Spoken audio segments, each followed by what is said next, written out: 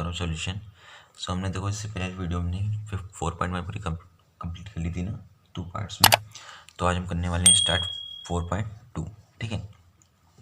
सो देखो उससे पहले थोड़ा सा बेसिक वो भी है, बेसिक यानी कि कुछ प्रॉपर्टीज़ हैं। देखो आप क्या है वो देखो आप बताते हैं अभी हम प्रॉपर्टीज़ ऑफ। देखो इसमें थोड़ी यूज़ हो रही ना ये प्रॉपर्टीज़ की,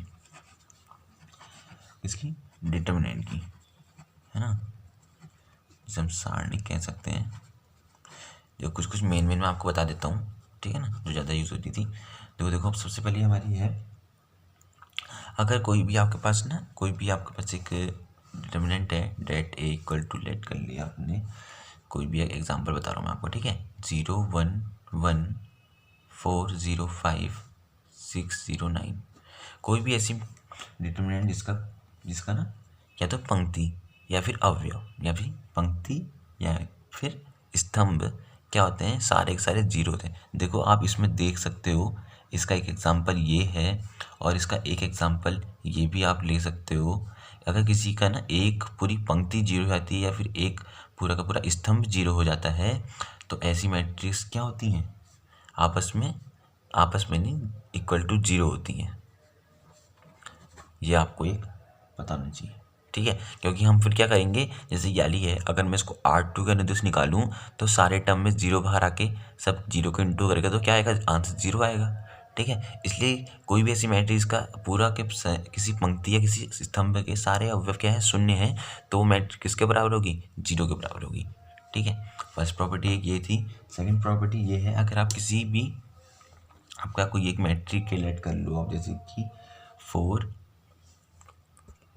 देखो ले लेते हैं 4 1 1 5, हमने एक मैट्रिक ले ली 2x2 की मैट्रिक। ठीक है, अगर आप इसको क्या करना, जैसे इसकी जो पंक्तियां हैं, पंक्तियों का स्तंभ में रूपांतरण जब होता है, जैसे आपकी इसकी पंक्तियां क्या हैं, आपकी इसकी ये हैं, अगर इसका स्तंभ में रूपांतरण कर दें, ठीक है, स्तंभ में रूपांतरण क्या से होगा इसका, देखो पंक्ति 4 1 थी तो ये स्तंभ बन गया, और ये याली पंक्ति 1 5 थी तो ये स्तंभ। तो इसका मतलब कहने का ये है, अगर जब हम पंक्तियों का स्तंभ में रूपांतरण करते हैं तो वो मैट्रिक्स आपस में बराबर होती हैं। ठीक है, लेकिन एक बात इसमें गौर करने वाली ये भी है, अगर हम किसी, अभी हमने पंक्तियाँ करा, अगर हम किसी स्तंभ का रूपांतरण करें तो भाई फिर कैसे होगा। ठीक है, तो देखो उसका भी एक एग्जाम्पल है। तो देखो इसका एक और है, इसको मैं आपको इससे समझा देता हूँ। देखो A1 A2 B1 B2 है हमारे पास, ठीक है कोई। अब इसका मैट्रिक्स क्या आएगा हमारे पास, A1 B2 minus B1 A2 आएगा भाई। ठीक है, अगर आप इसमें से माइनस बाहर कॉमन ले लेते हो, माइनस आप बाहर कॉमन ले लेते हो तो ये वाला प्लस हो जाएगा पीछे वाला, तो मैं इसको आगे लिख देता हूँ और इसको पीछे लिख देती हूँ, क्या वाला माइनस हो जाएगा। ठीक है, अब देखो ये इंटू में कैसे, मैं इंटू में आप इसको देख सकते हो, इसका मतलब है B1 A2 इंटू हो रहे, यानी कि B1 A2 इंटू हो रहे, B1 यहाँ पर होगा A2 यहाँ पर होगा, माइनस A1 B2, A1 यहाँ पर होगा B2 यहाँ पर होगा। देख रहे हो आप, तो हमने क्या करा, देखो यहाँ पे क्या था A1 B1, यहाँ पे क्या हो गया A1 B1, और ये क्या है A2 B2, जो यहाँ पर पंक्ति थी यहाँ पर वो क्या बन चुका है। आप इसको ऐसे भी लिख सकते हो, अभी एक और तरीका है, क्या पता ये A2 यहाँ पर हो, क्योंकि देखो इंटू तो ये आपस में हो रहे हैं, हो तो ये इंटू ही रहे, किसी भी कहीं पर भी लगाओ। ठीक है, अब देखो क्या हो गया, देखो यहाँ पे चेंज, ये तो यहाँ में आ गए ये और ये। ठीक है, देखो A1 A2 B1 B2 B1 B2, जब हम किसी पूरी की पूरी पंक्ति को या पूरे स्तंभ को किसमें आपस में क्या कर देते हैं, चेंज कर देते हैं या फिर विनिमय कर देते हैं, इसका हम कहते हैं इंटरचेंज, इसको कहते हैं, तो वो उसके क्या होता है, माइनस के बराबर होता है उसका चेंज। ठीक है, अब देखो आंसर, देखो यहाँ पर क्या आया, देखो इसका answer A1 B2 minus B1 A2, यानी कि उसके माइनस के बराबर आ रहा है। देखो ये माइनस है, बस मैंने उल्टा कर दिया, देखो उसका उल्टा जो आएगा उसके माइनस के बराबर आएगा। ठीक है, चलो आपको क्वेश्चन में अच्छे से समझ में आ जाएगा, आप टेंशन मतलब यहाँ पर समझ नहीं आ रहा तो आपको। ठीक है, तब तक आप अगली प्रॉपर्टी देखते हैं, चलो, क्योंकि अगली प्रॉपर्टी थोड़ी समझने कम आती है। देखो अगली प्रॉपर्टी क्या कह रही है, यदि कोई सारणी है ना, ऐसे हमने कोई सारणी ले लेते हैं, सॉरी हमने एक सारणी ले ली, अगर उसके मान लो 3 4, मैंने वाला तो 1 1 2 करके करा, आपको अच्छे समझ में आएगा, आपको नहीं आ रहा चलो कोई बात नहीं, बताएंगे इसको।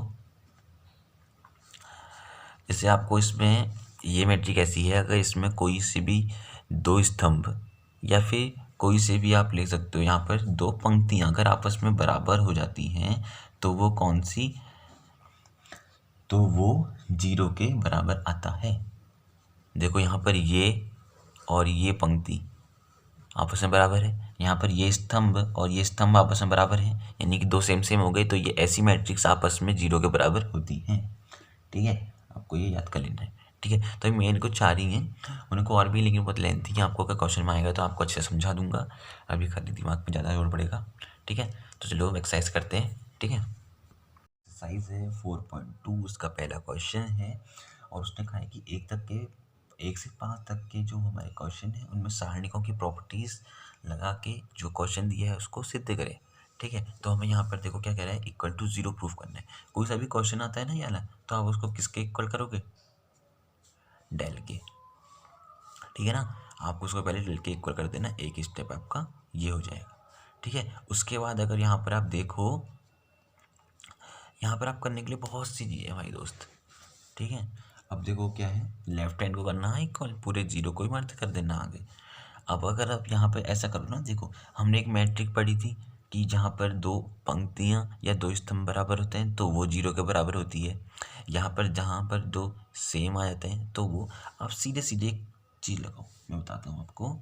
C1 इक्वल टू, नहीं सॉरी ऐसे बनाते हैं ना, C1 equal to C1 plus C2, समझ गए ना आप। तो देखो यहाँ पर क्या आने वाला है, C1 ये है, C1 को कैसे क्या बनाना है, इन दोनों को इंटू करके, x plus a y plus b z plus c a B c x plus a y plus b z plus सी।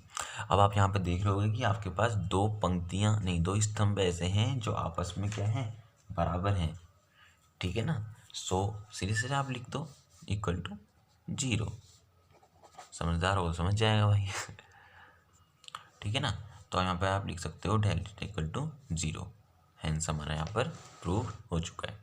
ठीक है ना, तो देखो सेकंड वाला क्वेश्चन है, मैंने आपको बताया ना first step what is that, to let the determinant equal to del. Okay, तो हम कर रहे हैं हमारा a minus b b minus c कर दिया हमने इक्वल। ठीक है, अब हम देखो, आप ध्यान से देखो, आपको 0 इक्वल करना है। 0 इक्वल करने के लिए कितनी प्रॉपर्टीज़ होती थी, या तो ऐसी होती थी कि पूरी की पूरी दो स्तंभ या फिर दो रो आपस में इक्वल हो, या फिर एक पूरी की पूरी स्तंभ भी 0 को 0 हो। ठीक है, अब यहाँ पर इक्वल का तो थोड़ा सा हमें समझ में नहीं आएगा, इक्वल का समझ में थोड़ा टफ पड़ेगा। तो आप एक चीज़ अगर देख रहे होगे तो यहाँ पर अगर मैं एक चीज़ लाने वाला हूँ, ठीक है ना, तो आप इसको देखना ज़रा। अगर हम तीनों को इंटू करा दिया जाए तो कैसा रहेगा, देखो तीनों को इंटू करा दे रहा हूँ, मतलब सॉरी ऐड, देख रहे हो, तीनों को अगर मैं ऐड करा रहा हूँ तो यहाँ पर सिंपली हमारा आंसर आ सकता है।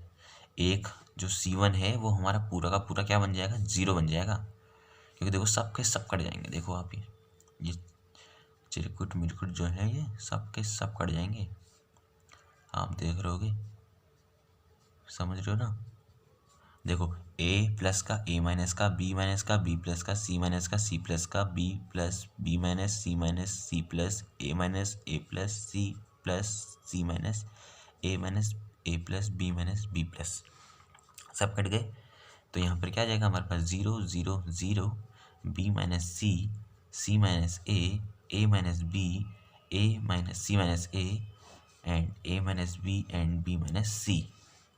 ठीक है, सो हम क्या कर सकते हैं, थीटा इक्वल टू 0। ठीक है, आंसर आ गया। ठीक है ना, सो देखो आप देख रहे हो यहाँ पे थर्ड वाला क्वेश्चन हमने वही फर्स्ट स्टेप तो वही करना है, माना इक्वल टू कर देते हैं थीटा इक्वल टू। अब देखो यहाँ पर आप देखो हमें क्या करना है, इसको भी 0 लाना है, तो आपको यहाँ पे एक चीज टर्म 0 लानी है। ठीक है, आप देखो एक कंडीशन मैंने देखी है इसमें, यानी बन रही है कंडीशन, देखो अगर आपको इस कंडीशन समझ में आ रही है तो बहुत बेटर है, 9C2। ठीक है ना, अब आप इस कंडीशन को ध्यान से देखो, C3 इक्वल टू C3 पर वर्क कर रहे हैं हम, C3 को 65 माइनस 60 C1 यानी कि 2 माइनस 9c2 कितना जगह देखो, 9 7 जा 63, माइनस का 63, माइनस का 2, माइनस का 65 और प्लस का 65 इक्वल टू 0। वैसे ही 8 9 जा 72, माइनस का और माइनस का 3, माइनस का 72 माइनस माइनस 3, माइनस का 75 और प्लस का 75 0। 9 9 जा 81 माइनस का और माइनस 5 अगर प्लस कर दिया जाए कितना जाएगा, माइनस का 86 और प्लस का 86 इक्वल टू 0। समझ गए ना क्या कैलकुलेशन करी मैंने करके, ठीक है ना। तो आप इसको आसानी से कर सकते हो ना, ऐसे क्वेश्चन मतलब थोड़ा दिमाग लगता है इसमें, लेकिन जब आते हैं ना एक दो करके तो उसका बहुत मज़ा भी आता है, ठीक है। तो यहाँ पर मैंने बताया ना आपको सब 0 हो गए थे एक टर्म, क्योंकि हमने इसीलिए वर्क करा है। आप इसको रफ में बगल में कर भी सकते हो, ठीक है। तो ये 0 0 आ रहे हैं, ठीक है ना, C3 पे वर्क करने, और जो हमारा डेल आ गया वो 0 के इक्वल आ गया फिर, ठीक है ना, ठीक है। तो देखो फोर्थ वाला क्वेश्चन, इसमें हमने जो फर्स्ट स्टेप था वही हमने इससे अप्लाई कर दिया, let equal to matrix determinant sorry. So second step देखो हम यहाँ पे क्या करने वाले हैं, हम करेंगे वर्क यहाँ पर अब C3 पर वर्क करने वाले हैं हम, C3 प्लस C2 करेंगे, C3 प्लस C2 देखो क्या आने वाला है, 1 1 1 तो ऐसे ही रहेगा, C2 भी ऐसे ही रहेगा, C3 पर वर्क कर रहे हैं हम ना। देखो क्या जगह, देखो AB प्लस AC तो यहाँ पर ऑलरेडी है, प्लस BC भी कर देना है, AB प्लस BC तो ऑलरेडी है, अंदर इंटू करेंगे तो, और साथ में BC भी, क्योंकि C2 को भी इंटू करना है, BC प्लस BA तो ऑलरेडी है, साथ में CA को भी करना है, CA प्लस CB तो ऑलरेडी है, साथ में AB को भी करना है। अब आप देख रहे हो सब में टर्म जो यहाँ पर है वो तीनों में है, AB इसमें है, इसमें भी है, इसमें भी है, BC BC BC और BC BC, ठीक है। यहाँ पे AC आएगा, सॉरी AB और AC AC AC AC, ठीक है। यानी कि जो टर्म इसमें है वो टर्म इसमें भी है, वो टर्म इसमें भी है। अगर हम यहाँ पर क्या करें, AB plus BC plus CA को हम क्या करना चाह रहे हैं, यहाँ से अगर हम कॉमन ले लेते हैं भैया C1 से हमने क्या ले लिया भाई, कॉमन ले लिया ये चीज़ें, तो यहाँ पर क्या जाएगा 1 1 1, ठीक है, क्या जाएगा 1 1 1। अब आपको पता है कि AB plus BC plus CA ये तो ठीक हो गया बाहर, लेकिन जहाँ पर दो कॉलम इक्वल होते हैं डिटरमिनेंट के अंदर तो मैट्रिक क्या होती है, 0, तो आंसर भी क्या जाएगा इसका 0, हैंस प्रूव्ड हो गया है, तो यहाँ पे 0 के आंसर कर देते हैं, ठीक है ना। सो देखो फिफ्थ वाला क्वेश्चन, यहाँ पर बुक वाले ने आपका थोड़ा सा लेवल बढ़ा दिया गया है, ठीक है, क्वेश्चन का लेवल, लेकिन जो आपको मानना है भाई वो तो मानेंगे ही हम, चाहे वो कुछ भी कर ले, है नहीं। सो देखो हम पहले हमने थीटा के इक्वल टू मानना है, क्योंकि हमें मानना तो है ही, ठीक है। और देखो आप राइट हैंड साइड में देख सकते हो हमें प्रूफ क्या करना है, यहाँ पर हमें 0 प्रूफ नहीं करना है, ठीक है। तो ज़रा समझ के देखो, एक तो हमें 2 चाहिए। अब देखो 2 कैसे आएगा भाई, अब 2 तभी तो आएगा ना जब 2 सब में होगा और 2 क्या कहते हैं कॉमन होगा, मैं सब में होगा तो कॉमन भी होगा ही, आई मीन कि तीनों में होना चाहिए तभी तो 2 बाहर आएगा। अब देखो कैसे होगा वो 2 बाहर, आप यहाँ पर देख रहे होगे तो यहाँ पर एक वो लग रही है आइडेंटिटी, बहुत अच्छी सी आइडेंटिटी तो नहीं कह सकते हैं उसको, केस कह सकते हैं, कि अगर हम C1 नहीं R1 equals to R1 plus R2 plus R3 कर दिया जाए, आप देख रहे हो कि यहाँ पे 2 2 बार आ जाएगा हर टर्म्स, ठीक है। B plus C plus A plus B, ये बोल रहा हूँ मैं, ओ तो छोटा हो गया, ठीक है। तो देखो यहाँ पर C प्लस A तो और A प्लस B तो ऐसे ही आएगा, ठीक है। और यहाँ पर मैं चलो ऐसे भी लिख देता हूँ अब, ठीक है, आप समझ तो गए हो, फर्स्ट वाले समझाऊंगा और वाले में बता दूंगा आपको, x plus Y plus Z है, ठीक है। ये देखो 2p plus Q plus R 2x plus Y plus Z, गलती से मैंने थोड़ा छोटा छोड़ दिया ना, इसको ऐसे हो नहीं आ रहा, Z plus X plus Y, ठीक है। चलो यहाँ पे इसको आप बता देता हूँ, आपको बड़ा सा लिख के दिखा देता हूँ, चलो कोई बात नहीं, b प्लस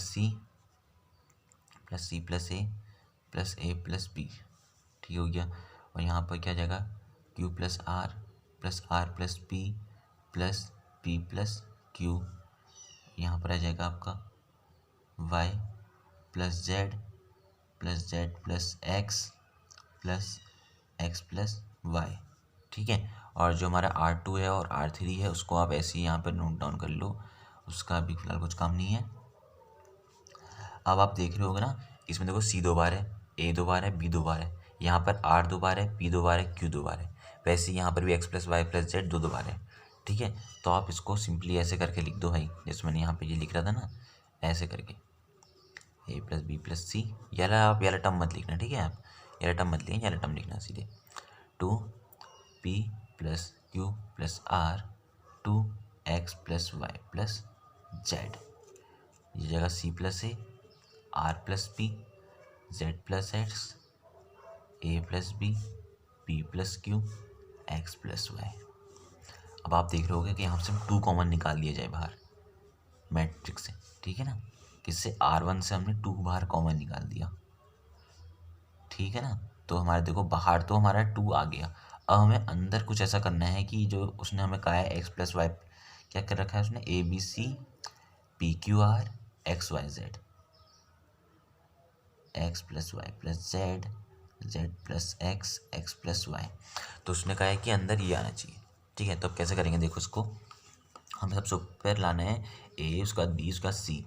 अगर आप यहाँ पर कंडीशन अप्लाई करो कि R2 equal to R2 minus R1, क्योंकि R1 में आप देख रहे हो सबके सब टर्म है, ए भी है, बी भी है, सी भी है, और 2 के पास सी और बी नहीं है, मतलब सी और बी है, बी नहीं है। अगर आप इसमें से इसको घटाते हो तो आपके पास क्या आ जाएगा, सी भी कट जाएगा, ए भी कट जाएगा।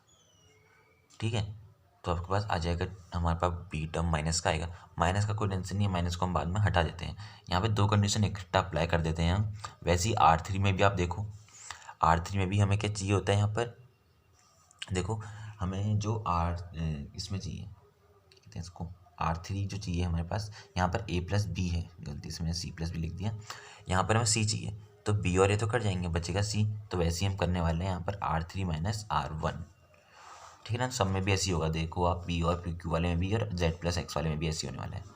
ठीक है, तो हम देखो R1 पे तो हमने वर्क करा नहीं, तो हम इसको ऐसे ही रहने देंगे। हमने तो वर्क R2 और R3 पे करा है। यहाँ पे क्या आ रहा था, माइनस बी, यहाँ पे माइनस सी। वैसे देखो यहाँ पे P, यहाँ पे माइनस का Q, यहाँ पे माइनस का R, यहाँ माइनस का Z, यहाँ माइनस का Y, और यहाँ पर माइनस का Z। अब देखो हमारे पास नीचे की टर्म आ गई, बस माइनस है वो अलग बात है। और यहाँ पर चाहिए हमें ऊपर A B और A P और X। अब वो कैसे आएंगे भाई, ठीक है, तो उसके लिए देखो एक और कंडीशन यहाँ पर हम अप्लाई कर देंगे। और उससे पहले हमें पे लिखना ही पड़ेगा हमें कि -1 R2 व R1 R2 व R3 से क्या लेने पर, कॉमन लेने पर। एक हमने ये लिख दिया, 2 बार माइनस बाहर आएगा तो माइनस माइनस प्लस हो जाएगा वो। ठीक है ना, R2 से R3 से। और एक कंडीशन यहाँ पर लगाने वाले हैं हम, R1 equals to R1 plus R2 plus R3, minus बार कॉमन निकालने से पहले। ठीक है, अब देखो कंडीशन क्या हो जाएगी हमारी, यहाँ पर 2 तो बाहर ऑलरेडी है भाई। ठीक है, माइनस वाला बाद में लेंगे कॉमन। आप या तो ऐसा करो ना, पहले आप R1 plus R2 plus R3 करना, उसके बाद आप जो मैंने कंडीशन बोली ये अप्लाई करना, पहले मत करना। ठीक है, क्योंकि पहले तो फिर हमारे माइनस हट जाएगा, तो ये अलग काम ही नहीं आएगा। देखो आप इन दोनों को, इन तीनों को ऐड करो, B माइनस सी कट जाएगा, ये भी कट जाएगा, बचेगा ऊपर A। ठीक है, और उसके बाद बच जाएगा हमारे पास, देखो मैंने क्या कहा, इसके बाद अप्लाई करना ना ये, या फिर आप अगली लाइन में भी लिख सकते हो इसको अलग से। ठीक है, मैं तो एक ही में लिख दूँगी क्योंकि जगह नहीं है, पीछे दोबारा लिखना पड़ेगा, इसलिए मैं इकट्ठा ही लिख देता हूँ। ठीक है, आप अगली बार में एक को बार करके -1 इसमें से कॉमन लेने के बाद आप यहाँ पर इनको प्लस कर देना। ठीक है ना, P Q R X Y Z। देखो यही हमें क्या करना था, प्रूफ करना था, हैंस प्रूव्ड। ठीक है ना।